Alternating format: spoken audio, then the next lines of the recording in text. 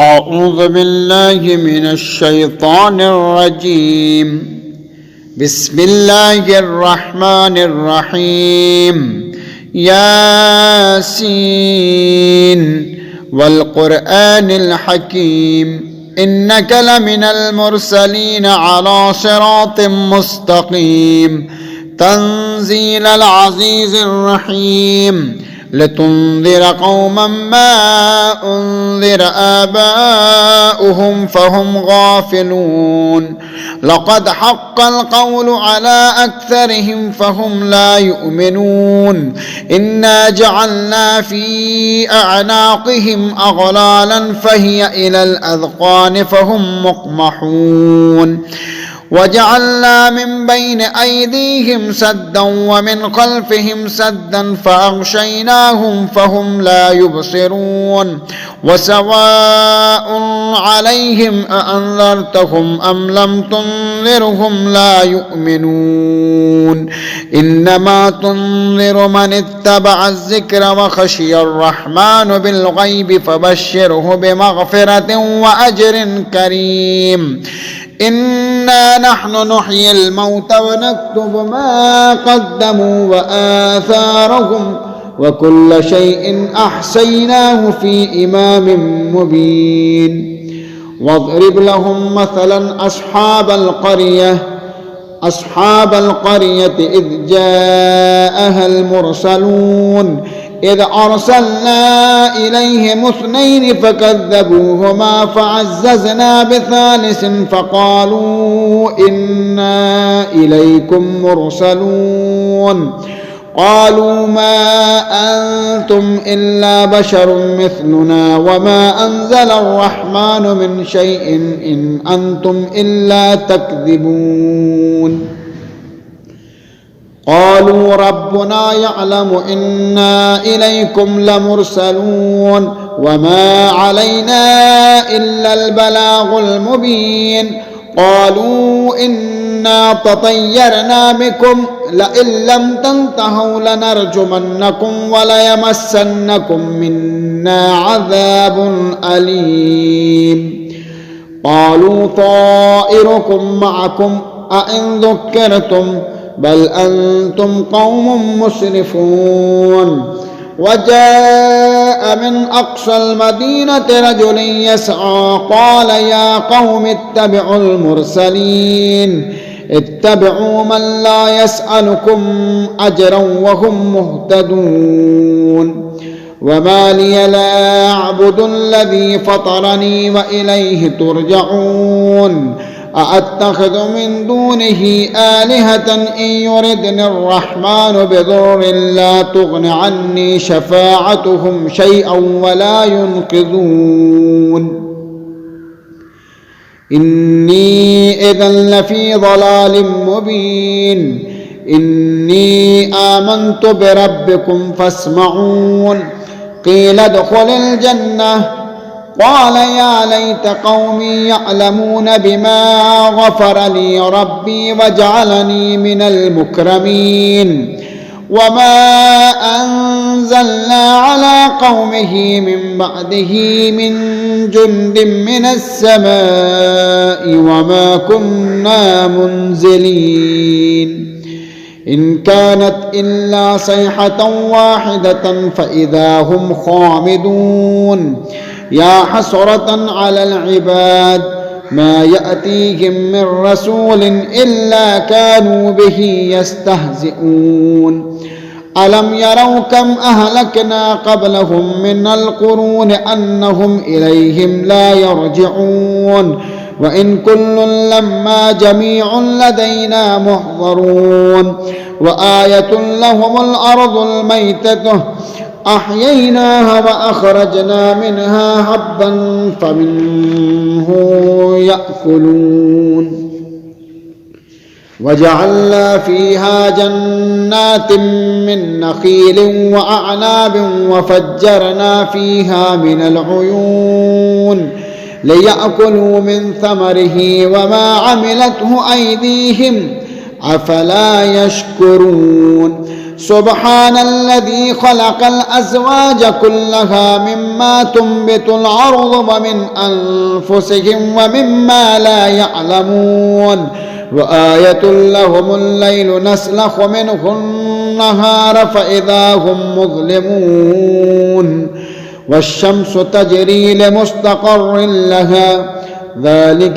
تقدير العزيز العليم والقمر قدرناه منازل حتى عاد كالعرجون القديم لا الشمس ينبغي لها أن تدرك القمر ولا الليل سابق النهار وكل في فلك يسبحون وآية لهم أنا حملنا ذريتهم في الفلك المشحون وخلقنا لكم من مثله ما يركبون وإن نشأ نغرقهم فلا صريخ لهم ولا هم ينقذون إلا رحمة منا ومتاعا إلى حين وإذا قيل لهم اتقوا ما بين أيديكم وما خلفكم لعلكم ترحمون وما تأتيهم من آية من آيات ربهم إلا كانوا عنها معرضين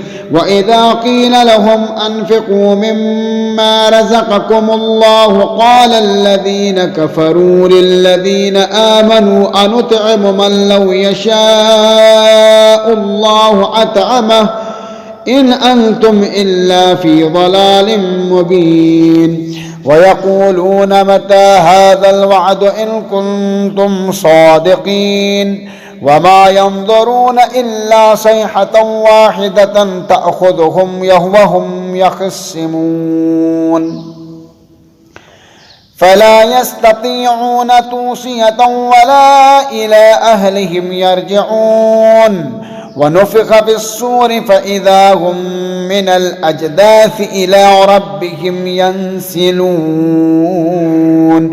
قالوا يا ويلنا من بعثنا من مرقدنا هذا ما وعد الرحمن وصدق المرسلون إن كانت إلا صيحة واحدة فإذا هم جميع لدينا محضرون فاليوم لا تظلم نفس شيئا ولا تجزون إلا ما كنتم تعملون إن أصحاب الجنة اليوم في شغل فاكهون هم وأزواجهم في ظلال على الأرائك متكئون لهم فيها فاكهة ولهم ما يدعون سلام قولا من رب رحيم وامتازوا اليوم أيها المجرمون ألم أحد إليكم يا بني آدم ألا تعبدوا الشيطان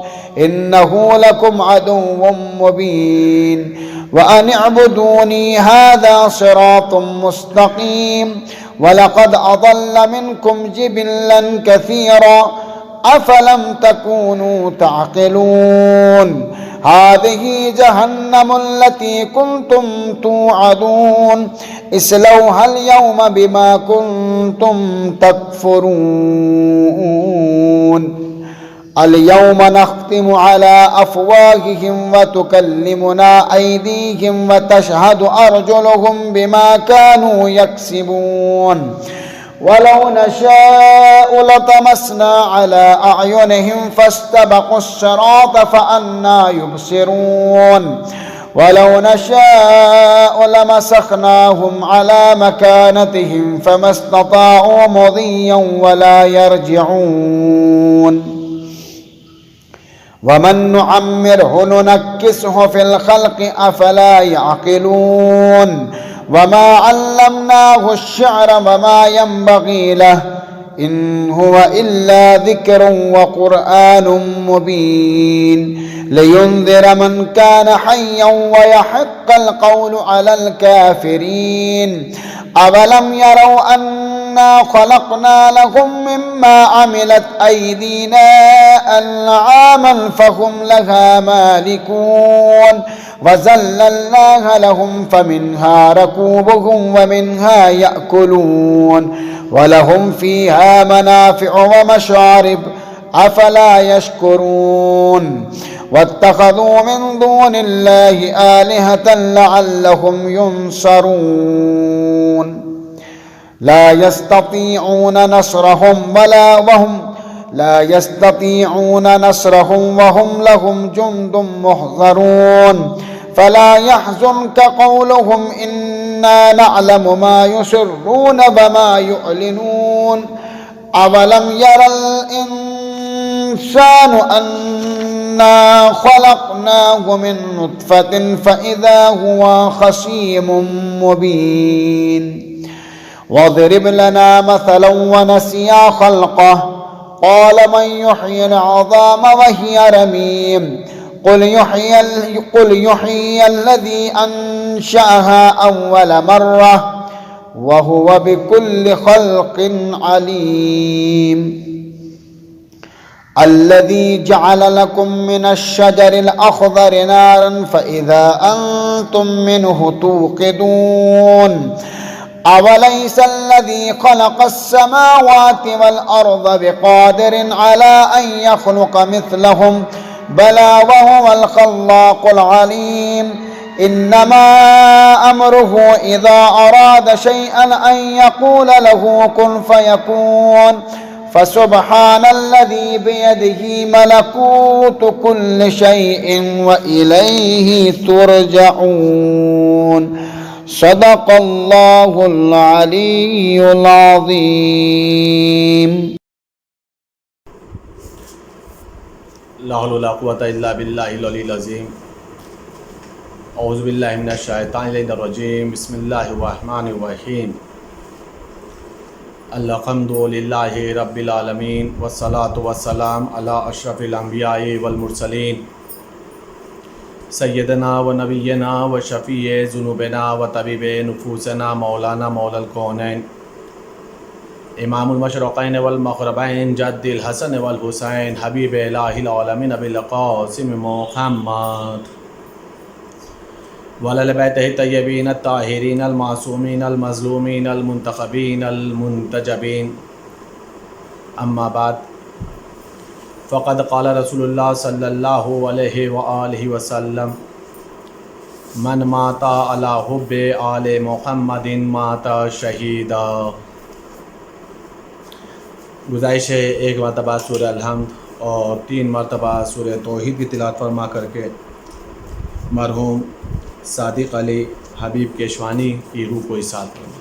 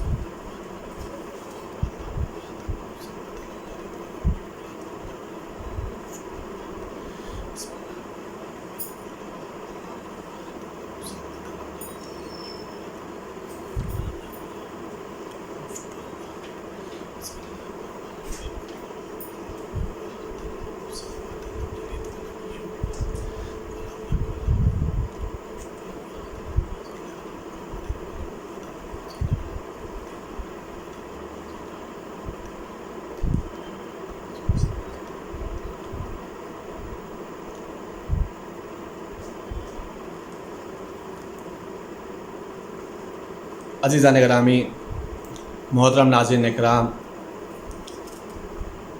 ایک مرد مومن محب اہل بیت کے سال ثواب کی یہ مجلس ہے. خداوند عالم کی بارگاہ میں دعا گو ہوں کہ خداوند عالم مرحوم کی مغفرت فرمائے، اعلیٰ علین میں جگہ عطا فرمائے. ویسے بھی ماہ مبارک رمضان چل رہا ہے، مغفرت کا مہینہ ہے، توبہ کا مہینہ ہے، اور خداوند عالم نے جنت کے سارے دروازے کھول دیے ہیں جنتیوں کے لیے. ہم اللہ کی بارگاہ میں دعا کرتے ہیں کہ خداوند عالم انہی جنتی دروازوں سے مرحوم کو جنت میں اعلیٰ مقام عطا فرمائے، جنت النعیم، جنت الفردوس، جنت الخلد عطا فرمائے، مرحوم کے حساب و کتاب میں آسانیاں فرمائے اور ان کی مغفرت فرمائے۔ پیغمبر اکرم حضرت محمد مصطفیٰ صلی اللہ علیہ وآلہ وسلم کی مشہور و معروف حدیث مبارکہ کی تلاوت کا میں نے شرف حاصل کیا ہے، جس کے اندر خدا اللہ کے رسول ارشاد یہ فرما رہے ہیں کہ جو بھی آل محمد کی محبت پہ مرتا ہے وہ شہید مرتا ہے۔ اور یہ حدیث سلسلہ وار ہے، صرف اور صرف اسی ایک جملے کے اوپر اللہ کے رسول خاموش نہیں ہوئے ہیں، بلکہ اللہ کے رسول آگے ارشاد فرما رہے ہیں کہ جو بھی آل محمد کی محبت پہ مرتا ہے وہ مغفرت کیا ہوا مرتا ہے، جو بھی آل محمد کی محبت پہ مرتا ہے وہ توبہ کیا ہوا مرتا ہے، جو بھی آل محمد کی محبت پہ مرتا ہے وہ جنت میں اس طریقے سے جائے گا جس طریقے سے دلہن اپنے شوہر کے گھر پر آتی ہے۔ اور اسی کے برعکس بھی اللہ کے رسول نے ارشاد فرمایا ہے کہ جو بھی آل محمد کی دشمنی پہ مرا، آل محمد کے بغض پہ مرا، اس کے پیشانی پر لکھا ہوا ہوگا کہ یہ اللہ کی نعمت، اللہ کی رحمت سے مایوس ہے، یہ کافر مرا، یہ بغض علی پر، بغض اہل بیت پر مرنے کا سبب۔ تو عزیزان گرامی، ایک تو ماہ مغفرت ہے، دوسری طرف محبت علی ہے، محبت اہل بیت ہے، جس پہ اگر انسان مرتا ہے تو وہ خود بخود مغفرت کیا ہوا اور توبہ کیا ہوا مرتا ہے۔ اور ماہ مبارک رمضان میں خداوند عالم یوں بھی مغفرت کا دروازہ کھولے ہوئے ہے، توبہ کا دروازہ کھولے ہوئے ہے، اور ایک ایک نیکی کے اوپر خداوند عالم کئی گنا اجر، کئی گنا جزا دینے کے لیے تیار ہے۔ معصوم کی حدیث کے مطابق اگر گفتگو کی جائے تو خداوند عالم ایک ایک آیت کے اوپر ختم قرآن کا ثواب دینے کے لیے تیار ہے، اور خداوند عالم دیتا بھی ہے، اور خداوند عالم نے دینے کا وعدہ بھی کیا ہے۔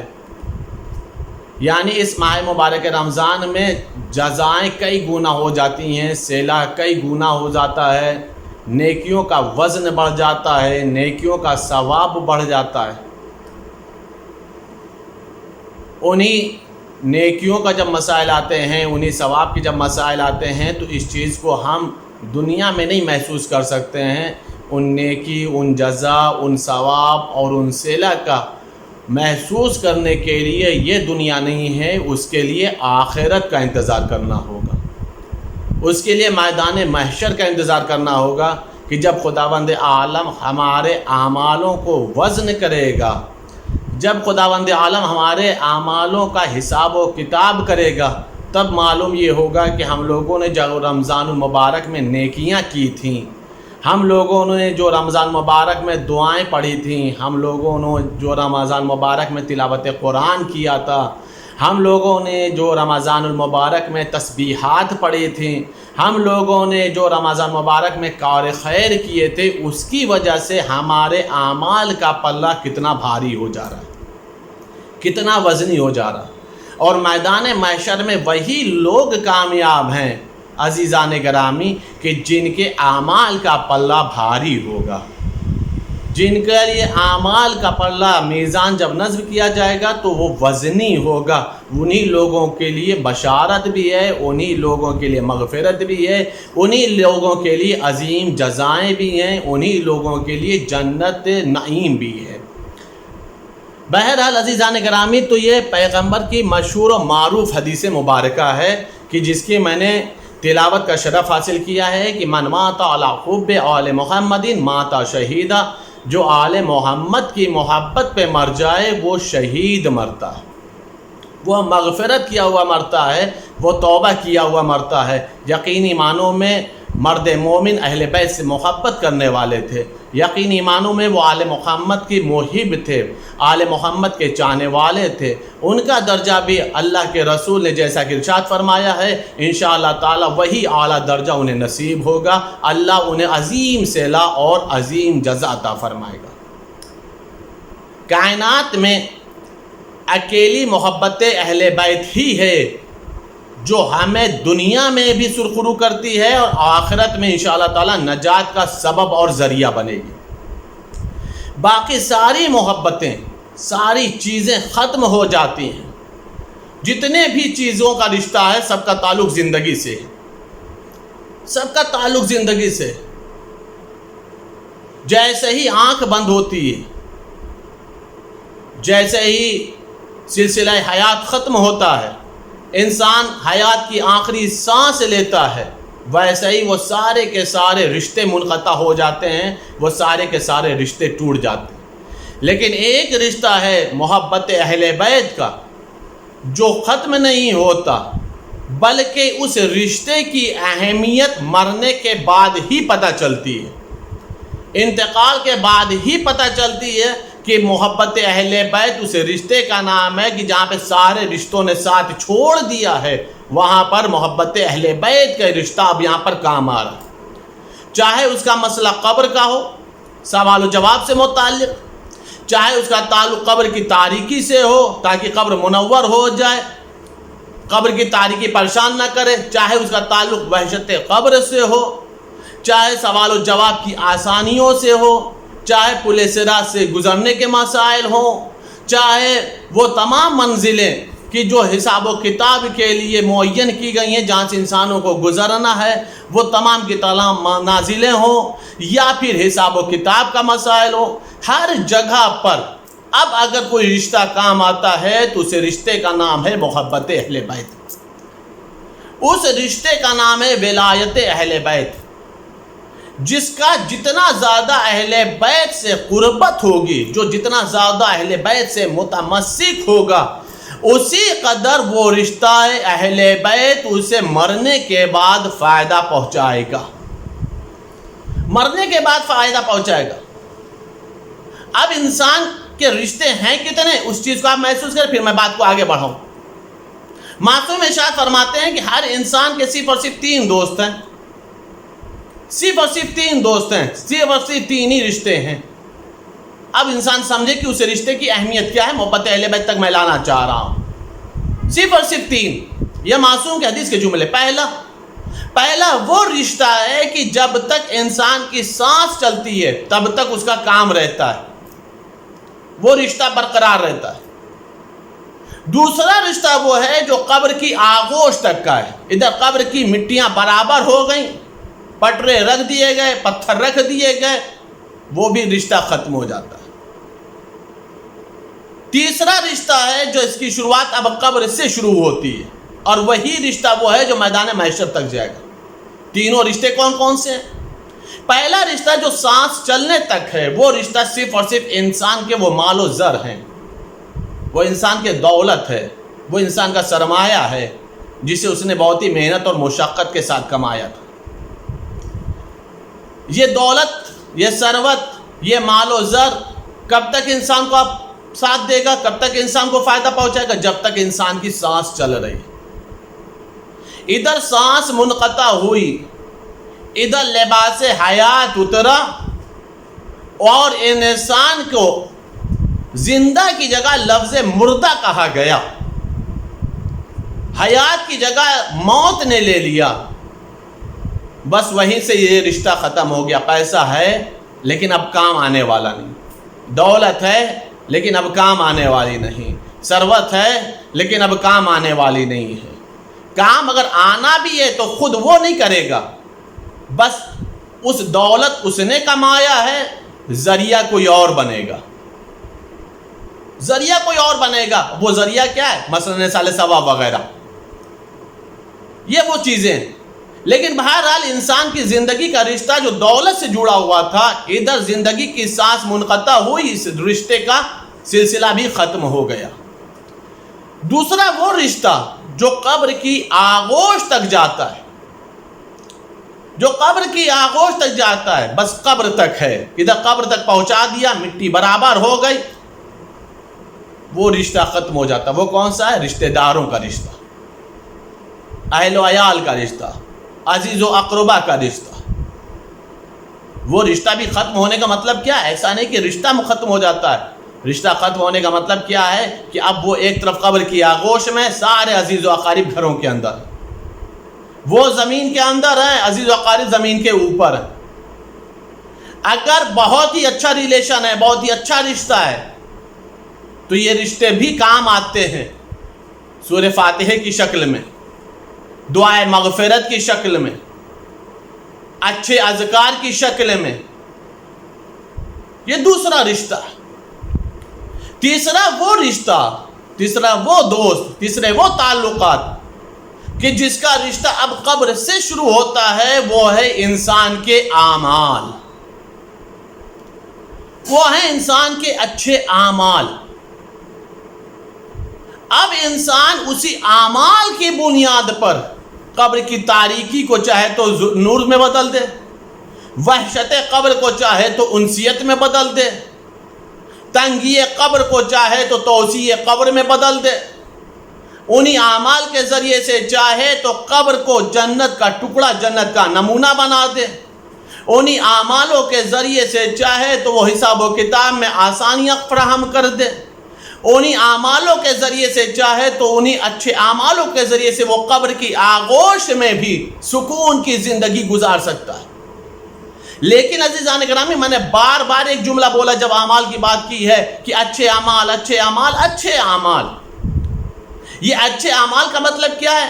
یعنی وہ اعمال جو انسان کو کام آنے والے ہوں، وہ اعمال جو انسان کے قبر میں انسیت کا سبب بنے، وحشت کا سبب نہ بنے، وہ اعمال جو تاریکی قبر کا سبب نہیں، نورانی قبر کا سبب بنے، وہ اعمال جو تنگی قبر کا سبب نہ بنے، توسیع قبر کا سبب بن جائیں، وہ اعمال جو صرف اور صرف قبر ہی نہ رہ جائیں بلکہ کہلانے کو قبر ہو لیکن حقیقت میں وہ قبر جنت سے جڑ جائے، اس کا رشتہ جنت سے منسلک ہو جائے۔ یہ اچھے اعمال کا مفہوم کیا ہے؟ اس اچھے اعمال کا مطلب یہ ہے کہ انسان اعمال وہ کیے ہو کہ اس اعمال کی روح کا نام محبت اہل بیت ہو، اس اعمال کی روح کا نام، اس اعمال کی جان کا نام، اس اعمال کی حیات کا نام، اس اعمال کی اچھائی کا نام محبت اہل بیت ہو۔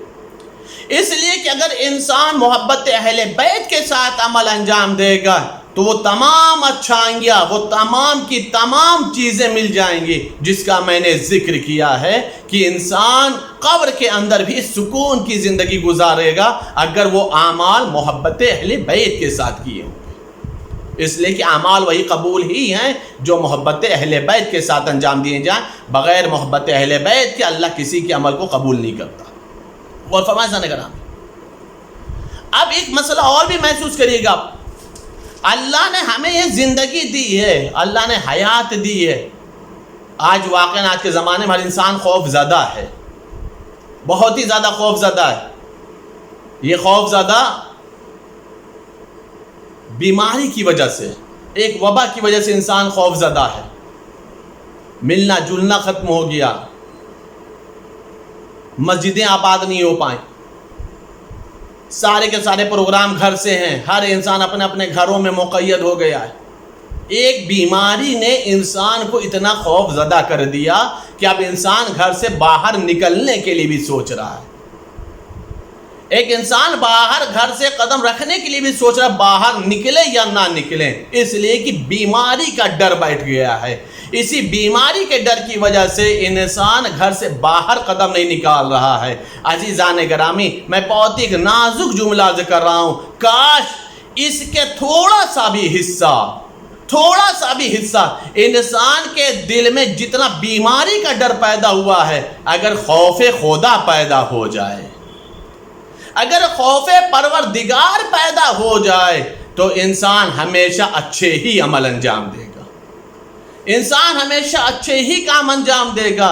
اتنا زیادہ خوف خدا انسان کے دل میں پیدا ہونا چاہیے کہ جتنا زیادہ انسان سوچے کہ گناہ کرنا ہے تو اس گناہ کرنے کے بارے میں تو کرنا دور کی بات ہے، اس کے سوچنے کے بارے میں بھی انسان کو خوف زدہ ہونا چاہیے کہ خداوند عالم حساب کرے گا، خداوند عالم ہمارے حسابوں کو دیکھنے والا ہے، ہمارے حسابوں کو شمار کرنے والا ہے، ہمارے اعمالوں کو شمار کرنے والا ہے۔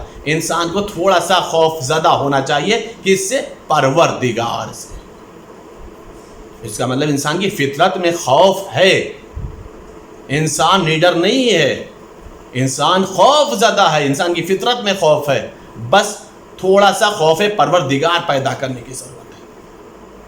اگر انسان کے اندر خوف پروردگار ہوگا تو انسان اچھے اعمال انجام دے گا، اور جب اچھے اعمال انجام دے گا محبت اہل بیت کے ساتھ تو خداوند عالم اسے قبول فرمائے گا، اور اس کے بدلے میں خداوند عالم عظیم اجر، عظیم جزا عطا فرمائے گا۔ ابھی میں نے ایک جملہ کیا تھا شروع تقریر میں کہ اکیلا یہی رشتہ ہے محبت اہل بیت کا کہ جو ہمیں دنیا میں بھی جوڑے ہوئے آخرت میں بھی انشاءاللہ نجات کا سبب بنے گا۔ اکیلا یہی رشتہ ہے محبت اہل بیت، اس بات کو آپ محسوس کریے گا۔ کس قدر اہل بیت، جتنا ہم اہل بیت سے محبت کرتے ہیں، جتنا ہم اہل بیت سے محبت کرتے ہیں، اہل بیت ہم سے اس سے کئی گنا زیادہ محبت کرتے ہیں۔ اسے آپ خطابت اور ذاکری نہ سمجھیں، میں بہت ہی عظیم گفتگو کر رہا ہوں، اس بات کو آپ محسوس کریے گا۔ جتنا ہم اہل بیت سے محبت کرتے ہیں، اہل بیت ہم سے کئی گنا زیادہ ہم سے اہل بیت محبت کرتے ہیں۔ ہم اتنا حق بھی ادا نہیں کر پاتے، جبکہ ہم سے مطالبہ محبت ہے، جبکہ ہم سے مطالبہ مودت ہے، پھر بھی ہم وہ حق ادا نہیں کر پاتے جتنا اہل بیت ہم سے محبت کرتے ہیں، جس قدر اہل بیت ہمیں چاہتے ہیں، جس قدر اہل بیت ہمیں پسند کرتے ہیں۔ اس بات کو آپ محسوس کریے گا۔ شیخ توسی نے اس روایت کو لکھا ہے۔ شیخ توسی کہتے یہ ہیں کہ عبداللہ ابن مسعود پیغمبر اکرم حضرت محمد مصطفیٰ صلی اللہ علیہ وآلہ وسلم کے پاس آئے، اور آنے کے بعد کہا یا رسول اللہ، چاہتا یہ ہوں کہ آپ مجھے حق دکھائیں محبت اہل بیت۔ دیکھیے گا کہ اہل بیت ہم سے کتنی محبت کرتے ہیں، آل محمد ہم سے کتنی محبت کرتے ہیں۔ کہا ہے اللہ کے رسول، میں خواہش لے کر کے آیا ہوں۔ کہا کیا خواہش ہے آپ کی؟ کہا میں چاہتا یہ ہوں کہ آپ مجھے حق دکھا دیجئے تاکہ میں حق کو دیکھ کر کے حق کی اتباع کروں، تاکہ میں حق کو دیکھ کر کے حق کی اتباع کروں۔ روایت کے جملے یہ ہیں کہ ایک مرتبہ پیغمبر نے ایک حجرے کی طرف اشارہ کیا، کہا جاؤ اس حجرے میں دیکھو تمہیں حق نظر آ جائے گا، جاؤ اس حجرے میں جا کر کے دیکھو تمہیں حق نظر آ جائے گا، حق کو پہچان لو گے، حق کی معرفت حاصل کرو۔ عبداللہ ابن مسعود پہنچے۔ کتاب میں لکھا یہ ہے، علامہ حاشم بارانی کہتے یہ ہیں کہ جیسے ہی عبداللہ ابن مسعود نے حجرے میں قدم رکھا تو کیا دیکھا؟ مولا متقیان نماز میں، مولا متقیان نماز میں قیام ہو گیا، رکوع ہو گیا، سجود ہو گئے۔ جب نماز تمام ہو گئی تو ایک مرتبہ مولا امیر المومنین نے دست دعا کو بلند کیا۔ دیکھیے کہ اہل بیت ہم سے کتنی محبت کرتے ہیں، آل محمد ہم سے کتنی محبت کرتے ہیں۔ مولا امیر المومنین نے دست دعا بلند کیا، اور دست دعا بلند کرنے کے بعد دعا مانگی، دعا مانگنے کے بعد سجدے میں گئے، اور سجدے میں جانے کے بعد ایک مرتبہ مولا متقیان نے جو سجدے میں جملہ کہا ہے، اس جملے کو عبداللہ ابن مسعود نے سنا، اور عبداللہ ابن مسعود خود کہتے ہیں کہ میں نے یہ دیکھا کہ امیر المومنین سجدے میں گئے، اور سجدے میں جانے کے بعد کہہ رہے ہیں اللہم بحرمت محمد عبدک و رسولک اغفر للخاطئین من شیعتی۔ اے میرے معبود، تجھے تیرے محمد کی حرمت کا واسطہ، جو تیرے بندے ہیں، جو تیرے رسول ہیں، میرے شیعوں کی خطاؤں کو تو بخش دے۔ ماہ مغفرت ہے، اس بات کو محسوس کریے گا آپ۔ اے میرے اللہ، اے میرے معبود، اے میرے پالنے والے، تجھے محمد عربی کی حرمت کا واسطہ، جو تیرے بندے ہیں، جو تیرے رسول ہیں، میرے شیعوں کی خطاؤں کو تو بخش دے۔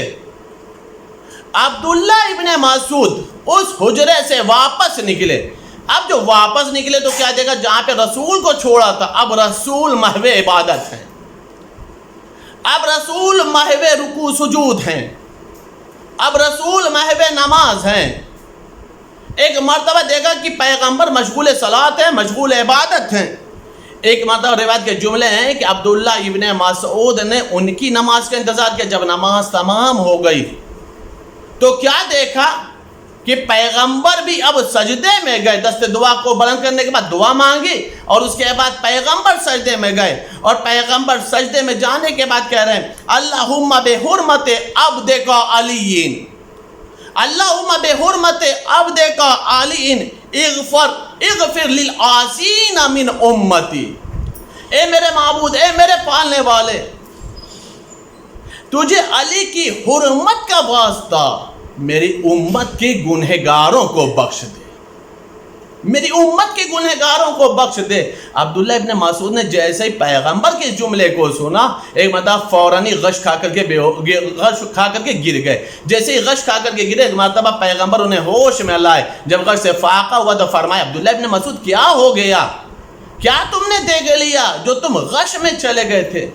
کہا یا رسول اللہ، جب علی کے پاس گیا تھا تو دیکھا یہ کہ وہ آپ کا واسطہ دے کر کے اپنے شیعوں کی مغفرت کی دعا کر رہے ہیں، اور جب واپس پلٹ کر آپ کے پاس آیا تو ہم نے یہ دیکھا کہ آپ علی کا واسطہ دے کر کے اللہ سے امت کی شفاعت، امت کی بخشش کی دعا کر رہے ہیں۔ یا رسول اللہ، آپ بھی امت کو بخشوا رہے ہیں، علی بھی امت کو بخشوا رہے ہیں۔ ایک مرتبہ روایت کے جملے جیسا ہی عبداللہ ابن مسعود نے یہ جملہ کہا تو پیغمبر نے فرمایا ہاں عبداللہ ابن مسعود، ہم لوگ اپنی دعاؤں میں اپنے چاہنے والوں کو فراموش نہیں کرتے، اپنے چاہنے والوں کو فراموش نہیں کرتے۔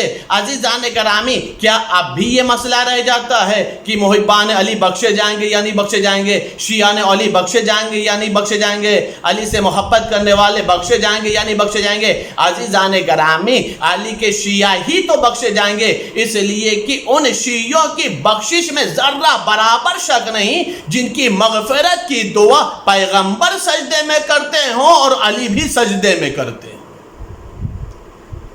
یہ ہے محبت کا مسئلہ کہ نماز میں بھی، دعاؤں میں بھی نہ پیغمبر اپنے چاہنے والوں کو بھولتے ہیں، فراموش کرتے ہیں، اور نہ ہی امیر المومنین اپنے محبوں کو فراموش کرتے ہیں۔ ایک نبوت کا واسطہ دیتا ہے، ایک امامت کا واسطہ دیتا ہے، اور کمال یہ ہے کہ جو واسطہ دیتے ہیں وہ دونوں اللہ کے محبوب ترین بندے ہیں۔ ایک منصب نبوت پر فائز ہے اور ایک منصب ولایت پر فائز ہے۔ اس بات پر انسان جتنا بھی شکر ادا کرے کم ہے کہ ہماری مغفرت کی دعا، ہمارے بخشے جانے کی دعا نبوت کے زبان پر آتی ہے، امامت کی زبان پر آتی ہے۔ وہ اپنے لیے دعا نہیں کرتے ہیں، اپنے محبوں کے لیے دعا کرتے ہیں تاکہ میرا محب بخش دیا جائے۔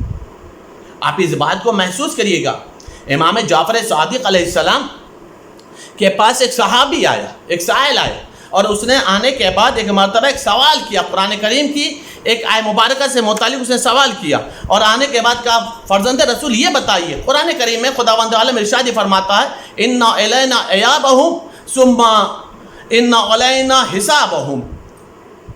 اے فرزند رسول یہ بتائیے کہ اس میں خداوند عالم ارشاد فرما رہا ہے کہ ان کی باس گشت بھی، ان کو پلٹ کر کے بھی ہمارے پاس آنا ہے، اور ان کا حساب بھی ہمارے ہی اوپر ہے۔ اس آیت کا مصداق کون ہے؟ پلٹ کر کے بھی آنا ہے ہماری طرف، بازگشت ان کی ہماری طرف ہے، اور ان کا حساب بھی ہمارے ہی پاس ہے، ہمارے ہی اوپر ہے۔ فرزند رسول اس آیت مبارکہ کا مصداق کون ہے؟ امام صادق علیہ السلام نے فرمایا، یہ جو میں روایت پڑھ رہا ہوں یہ زیارت جامعہ کی شرح میں یہ روایت لکھی ہوئی ہے، جس کو ایکسپلین کیا زیارت جامعہ کو، اس کے اندر یہ روایت موجود ہے۔ امام جعفر صادق علیہ السلام فرماتے اس آیت مبارکہ کے مصداق ہم ہیں۔ کیا کس کا حساب آپ کے اوپر ہوگا؟ مولا نے فرمایا خداوند عالم میدان محشر میں ہمارے شیعوں کا حساب ہمارے ذمہ دے دے گا، ہمارے چاہنے والوں کا حساب ہمارے ذمہ دے دے گا۔ کا مطلب یہ آپ فرزند رسول، آپ ان کا حساب کریں گے، آپ ان کا حساب و کتاب کریں گے، آپ ان کے اعمالوں کو دیکھیں گے؟ مولا نے فرمایا ہاں۔ اب اس کے بعد مولا نے کیا راحت بھرا جملہ کہا ہے کیا تسکین ہے قلب کے لیے جملہ کہا ہے، کتنا اطمینان دلا دیا۔ میں نے جب اس روایت کو پڑھا تو میں نے سوچا کہ واقعاً اہل بیت ہم سے کتنی محبت کرتے ہیں، واقعاً اہل بیت ہمیں کتنا چاہتے ہیں، اور اس پہ جتنا بھی انسان شکر کرے کم ہے۔ مولا فرما رہے ہیں ایک تو اللہ ہمارے ذمہ دے دے گا حساب، دوسری بات اب مولا نے جو تسکین قلب بھر کا جملہ کہا ہے، مولا فرما رہے ہیں کہ ظاہر سی بات ہے جب اللہ حساب دے گا تو حقوق بھی تو ہوں گے نا۔ حقوق کیا ہوگا؟ حساب و کتاب کا مطلب کیا؟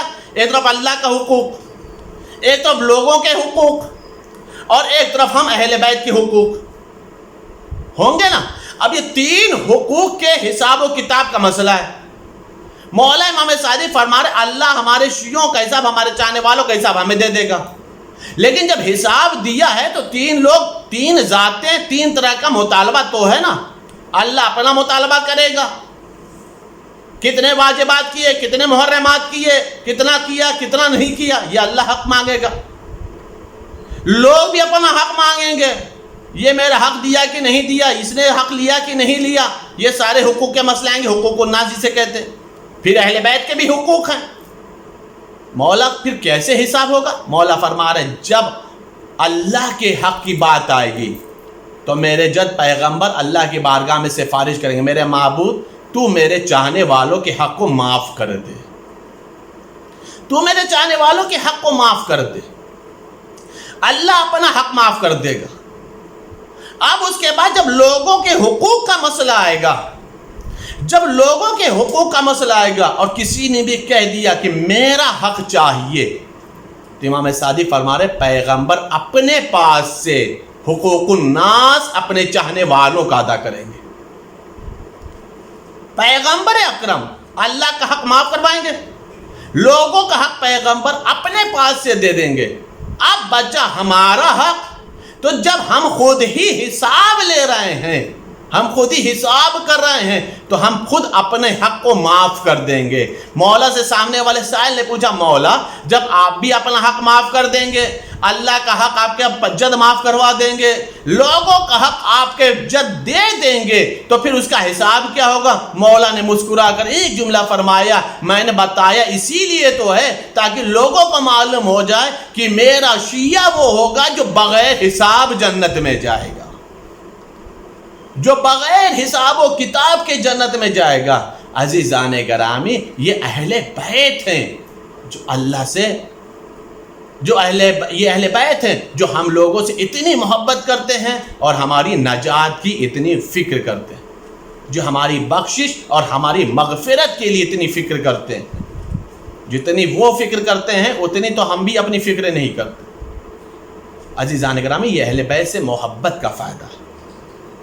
حدیث شہادت کا درجہ دیتی ہے، حدیث مغفرت کا درجہ دیتی ہے، حدیث توبہ اور مغفرت کا درجہ دیتی ہے، اور ساتھ ہی ساتھ محبت اہل بیت حساب میں آسانیاں کر دیتی ہے، اور محبت اہل بیت نجات کا ذریعہ اور سبب بن جاتی ہے۔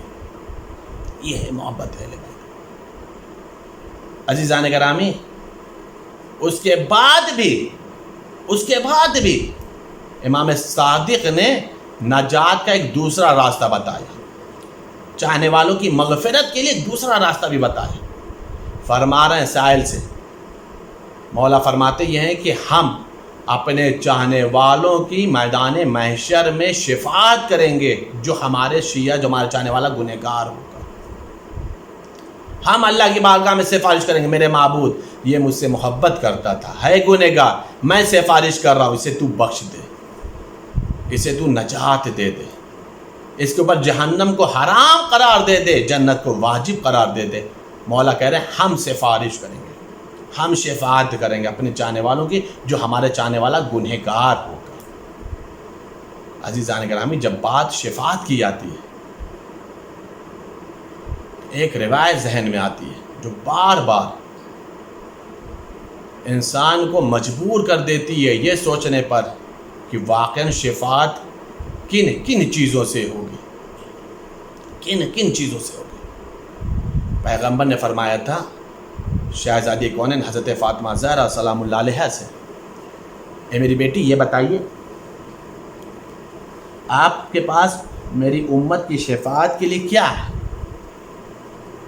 تو شہزادی کونین نے فرمایا تھا بابا جان آپ کی امت کی شفاعت کے لیے میرے عباس کے بازو کافی ہیں،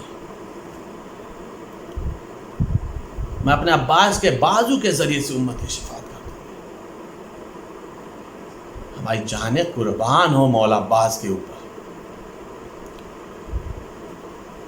جو باب الحوائج بھی اور ذریعہ شفاعت بھی،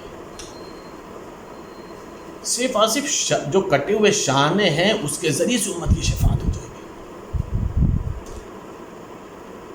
مولا عباس ہیں کیا؟ اس اعلی ذات گرامی کا نام ہے کہ جن کے رہتے ہوئے حسین نے تنہائی محسوس نہیں کی تھی۔ ایک عباس کی شکل میں حسین کو لشکر کی طاقت نظر آ رہی تھی۔ جب تک مولا عباس موجود تھے زینب ام کلثوم سمجھ رہی تھیں کہ ابھی ہمارے چادر کا محافظ موجود ہے۔ جب تک مولا عباس موجود تھے تب تک حسین کی کمر بھی سلامت تھی، کمر خمیدہ نہیں ہوئی تھی۔ لیکن جس وقت مولا عباس نے یہ کہا تھا آقا اب مجھے جنگ کی اجازت دے دیجیے، تو مولا نے فرمایا بھیا میں کیسے آپ کو جنگ کی اجازت دے دوں، آپ تو میرے لشکر کے علمدار ہو۔ روایت کے جملے ہیں مولا نے دائیں اور بائیں دیکھنے کے بعد ایک جملہ فرمایا آقا وہ لشکر کہاں رہا جس کی میں علمداری کرتا تھا؟ آقا جہاں لشکر چلا گیا ہے اب وہاں پر میں بھی چلا جاؤں۔ ابھی مولا عباس اور مولا حسین کی گفتگو ہو ہی رہی تھی کہ خیمے سے آواز آئی بی بی سکینہ کی العطش العطش۔ مولا نے فرمایا بھیا جنگ کی اجازت تو نہیں ہے، ہاں جانے سے پہلے میری سکینہ کے لیے پانی کی سبیل کرتے جاؤ، پانی کا انتظام کرتے جاؤ۔ مولا عباس سے تلوار لے لیا گیا اور ٹوٹا ہوا نیزہ دے دیا گیا۔ عالم مبارک میں سوکھی ہوئی مشک سکینہ کو باندھا مولا عباس نے، اور ایک مرتبہ روایت کے جملے یہ ہیں کہ مولا حسین نے فرمایا میرے بھیا عباس ذرا علم کا پھریرا نیچے کرو۔ علم کا پھریرا نیچا ہوا، جیسے ہی علم کا پھریرا نیچے ہوا تو ایک مرتبہ روایت کے جملے یہ ہیں کہ مولا نے اشارے سے اس پہ کچھ لکھا اور کچھ کاٹ دیا۔ لکھا ہوا تھا نصر من اللہ و فتح قریب، اس پر مولا حسین نے اشارے سے لکھ دیا انا للہ و انا الیہ راجعون۔ اور اس کے بعد اب مولا نے کہا بھیا عباس جاؤ خدا حافظ۔ مولا عباس چلے ہیں تو روایت کے جملے یہ ہیں کہ ایک مرتبہ امام حسین در خیمہ پر بیٹھ گئے۔ اب حسین کے اندر یہ طاقت نہیں تھی کہ اب حسین کھڑے بھی ہو سکے، اور ایک جملہ پر میرے لال علی اکبر دیکھو جیسا جیسا میرا شعر کرتا جائے اس کی ایک ایک حرکت کو مجھے بتاتے جانا۔ تھوڑی دیر کے بعد مولا علی اکبر نے فرمایا بابا مبارک ہو چچا نے فرات پر قبضہ کر لیا، فرات سے لشکر یزید تتر بتر ہو گیا، لشکر یزید فرار کر گیا۔ ایک مرتبہ اللہ کا شکر ادا کیا۔ تھوڑی دیر کے بعد امام حسین سے علی اکبر نے فرمایا بابا اب چچا عباس ترائی سے بلندی کی طرف آ رہے۔ مولا حسین نے فرمایا اللہ تیرا شکر ہے۔ تھوڑی دیر کے بعد ایک وعدہ علی اکبر نے جملہ کہا بابا علم حج کو لے کھا رہا ہے، علم حج کو لے کھا رہا ہے۔ جیسے ہی سنا علم حج کو لے کھا رہا، آواز دی میرے معبود میرے عباس کی خیر ہو۔ تھوڑی دیر کے بعد کہا بابا علم سنبھل گیا، آواز دی میرے معبود تیرا شکر ہے۔ تھوڑی دیر کے بعد پھر مولا علی اکبر نے کہا بابا پھر علم حج کو لے کھا رہا ہے۔ عزادارو یہ بار بار علم دو مرتبہ حج کو لے کیوں کھا رہا تھا؟ معلوم ہے یہ وہ لمحہ تھا کہ جس وقت مولا عباس کے شان قلم ہو گئے تھے، لیکن عزادارو مولا عباس ابھی اپنے کٹے ہوئے شانے کی طرف متوجہ نہیں ہے۔ ابھی بھی مولا سوچ رہے ہیں کہ بس کسی بھی طرح سے پانی مشک سکینہ میں جو ہے وہ خیمہ سکینہ تک پہنچ جائے، ہم حسین کی بیٹی کو پانی سے سیراب کر سکے۔ عزادارو ابھی بھی عباس خیمے کی طرف جا رہے تھے کہ روایت کے جملے پیسرے ساتھ کہتا ہے دیکھو ایک قطرہ آپ بھی خیمہ حسین تک نہ جانے پائے۔ اینا اینا ہرملہ، ایک مرتبہ ہرملہ آیا، چلے کمان میں تیر کو جوڑا، اور اب جو تیر چلایا ہے تو اس نے مولا عباس کا نشانہ نہیں لیا، اس نے بی بی سکینہ کے مچھ کا نشانہ لیا۔ جیسے ہی مچھ کے سکینہ میں تیر ہرملہ لگا، سارا پانی مچھ کے سکینہ سے بہ گیا۔ اب عباس خیمے کی طرف نہیں جاتے، واپس میدان کی طرف جاتے ہیں۔ ابھی جیسے ہی گھومے تھے کہ ایک مرتبہ ایک شکی نے ایسا تیر مارا جو مولا عباس کی آنکھوں میں آ کر کے لگ گیا۔ عزادارو بس اس مسئلے کو محسوس کر لو، تیر جیسے ہی لگا ہے نا، عزادارو ذرا اپنے اوپر تصور کرو، ایک چھوٹا سا سنگریزہ، ایک چھوٹا سا ذرہ اگر آنکھوں میں پڑ جائے تو انسان بے قرار ہو جاتا ہے، فوراً ہاتھ آنکھوں پہ چلا جاتا ہے تاکہ وہ ذرہ نکال سکے۔ ہائے میرا عباس کتنا مظلوم تھا، آنکھوں میں تیر چلا گیا، اب نکالے تو کیسے نکالے؟ ایک مرتبہ بس دو راستے تھے، ایک مرتبہ چاہا سر کو جنبش دیا لیکن تیر اتنا اندر تک پیوست تھا کہ تیر نکل نہ سکا۔ ایک مرتبہ اب مولا عباس نے اپنا سر دونوں زانوں کے بیچ میں رکھ کر کے چاہا کہ تیر کو کھینچ کر کے نکالے، جیسے ہی مولا نے سر کو جھکایا، ایک مرتبہ ایک شکی نے ایسا گرز مولا عباس کے سر پہ مارا کہ مولا کا سر شگاف ہو گیا۔ جیسے ہی سر شگاف ہوا، اب مولا زمین پر آ گئے، آواز دی آقا اپنے غلام کا آخری سلام قبول کرو۔ ایک مرتبہ جیسے ہی مولا کی آواز آئی، حسین کھڑے تو ہوئے لیکن ایک جملہ کہا، الان انکسر ظہری، اے بھیا عباس، آپ کی آواز استغاثہ نے حسین کی کمر کو توڑ دیا۔ بس عزادار و مجلس تمام ہو گئی۔ روایت کے جملے ہیں کہ اب جو حسین پہنچے عباس کے قریب تو کیا دیکھا، عباس ایڑیاں رگڑ رہے تھے، عباس کے زخمی سر کو اپنے زانوں پر رکھا، آواز دی بھیا کوئی وصیت ہے تو کرو۔ کہ آقا بس میری ایک وصیت یہ ہے، میری پہلی وصیت یہ ہے کہ اے آقا میں نے سنا یہ ہے کہ میں نے سب سے پہلے آپ کے چہرے کی زیارت کی تھی، اے آقا چاہتا یہ ہوں کہ جانے سے پہلے بھی آپ کے چہرے کی زیارت کر لوں۔ کہا کیوں نہیں کرتے؟ کہا آقا کیسے کروں؟ ایک آنکھ میں تیر پیوست ہے، ایک آنکھ میں خون جمع ہے۔ حسین نے تیر کو نکالا، خون کو صاف کیا، آواز دی السلام علیکہ یا ابا عبداللہ۔ کب اور کوئی وصیت؟ کہا ایک وصیت اور ہے۔ کہا کیا وصیت ہے؟ کہا میرا لاشا خیمے میں نہ لے جائیے گا، میں سکینہ سے شرمندہ ہوں۔ ایک مرتبہ حسین نے کہا بھیا میری بھی ایک وصیت ہے۔ کہا کیا وصیت ہے آقا؟ کہا اے بھیا جب سے پیدا ہوئے ہو ہمیشہ آقا کہا ہے ایک مرتبہ حسین کو بھائی کہہ دو۔ ادھر عباس نے بھائی کہا، ادھر عباس کی روح حسین کے زانوں کے اوپر ہی پرواز کر گئی۔ بھائی نے بھائی کی آغوش میں دم توڑا۔ سیعلم الذین ظلموا ای منقلب ینقلبون انا للہ و انا الیہ راجعون۔ پالواتی جو واسطہ ہے محمد علیہ محمد کا بس مختصر لیکن اہم اعمال کو قبول فرما، ہمارے اشکزہ کو رمال زہرہ میں جگہ عطا فرما، ہماری اشکزہ کو ہماری شفاء و نجات کی ضمانت بنا۔ میرے معبود جن مرحوم کے ساتھ سوال کی مجلس سے ان کی اور تمام مرحومین کی مغفرت فرما، سب کو اعلیٰ علین میں جگہ عطا فرما۔ میرے معبود اس وبائی مار سے تمام شیعان اہل بیت محبان اہل بیت کو امن و سکون عطا فرما۔ جتنے بیمار ہیں میرے معبود ان سب کو شفاء کلی اور صحت کامل عطا فرما۔ میرے معبود مرحومین کے پسماندگان کو صبر جمیل عطا فرما۔ میرے معبود امام زمانہ کے ظلم میں تعجیل فرما، ہم سب کو ان کے امان و انصار میں شمار فرما۔ ایک مرتبہ سورہ الحمد اور 3 مرتبہ سورہ توحید کی تلاوت فرما کر کے مرحوم صادق علی حبیب کیشوانی کی روح کو ایثار فرما۔ زیارت وارثہ۔ السلام علیکہ یا ابا عبداللہ، السلام علیکہ یا ابن رسول اللہ، السلام علیکہ ورحمۃ اللہ وبرکاتہ، السلام علیکہ یا وارث آدم صفوۃ اللہ، السلام علیکہ یا وارث نوح نبی اللہ، السلام علیکہ یا وارث ابراہیم خلیل اللہ، السلام علیکہ یا وارث موسیٰ کلیم اللہ، السلام علیکہ یا وارث عیسیٰ روح اللہ، السلام علیکہ یا وارث محمد حبیب اللہ، السلام علیکہ یا وارث امیر المؤمنین، السلام علیکہ یا ابن محمد المصطفیٰ، السلام علیکہ یا ابن علی المرتضیٰ، السلام علیکہ یا ابن فاطمۃ الزہراء، السلام علیکہ یا ابن خدیجۃ الکبریٰ، السلام علیکہ یا سار اللہ وابن سارہ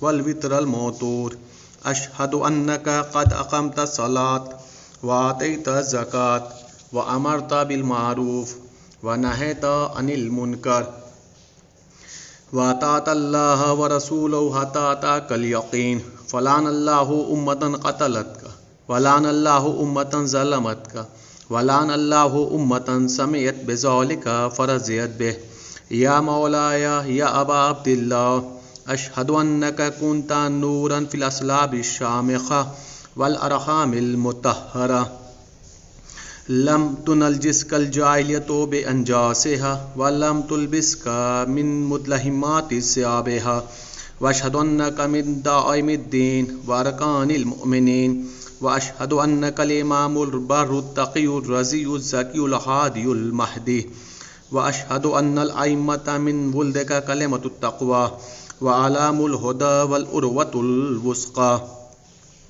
والحجۃ علی اہل الدنیا، واشہد اللہ وملائکتہ وانبیاءہ ورسولہ انی بکم مومن وبعیابکم موقن، بے شرع دینی وخواتیم عملی وقلبی لقلبکم سلم وامری لامرکم متبع، صلوات اللہ علیکم وعلی ارواحکم وعلی اجسادکم وعلی اجسامکم وعلی شاہدکم وعلی غائبکم وعلی ظاہرکم وعلی باطنکم۔ زیارت جناب علی ابن الحسین علیہ السلام۔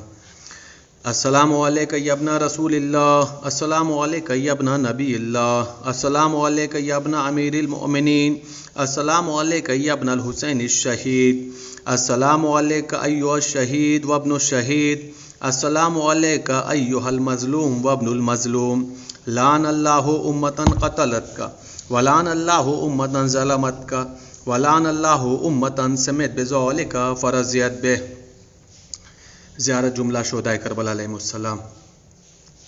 السلام علیکم یا اولیاء اللہ وحباؤہ، السلام علیکم یا اصفیاء اللہ واوداؤہ، السلام علیکم یا انصار دین اللہ، السلام علیکم یا انصار رسول اللہ، السلام علیکم یا انصار امیر المؤمنین، السلام علیکم یا انصار فاطمۃ الزہراء سیدۃ نساء العالمین، السلام علیکم یا انصار ابی محمد الحسن ابن علی ولی الناس، السلام علیکم یا انصار ابی عبداللہ، بے ابی انتم و امی طبتم وطابت الارض التي فيها دفنتم وفزتم فوزا عظیما، فیا لیتنی کنت معکم فافوز معکم۔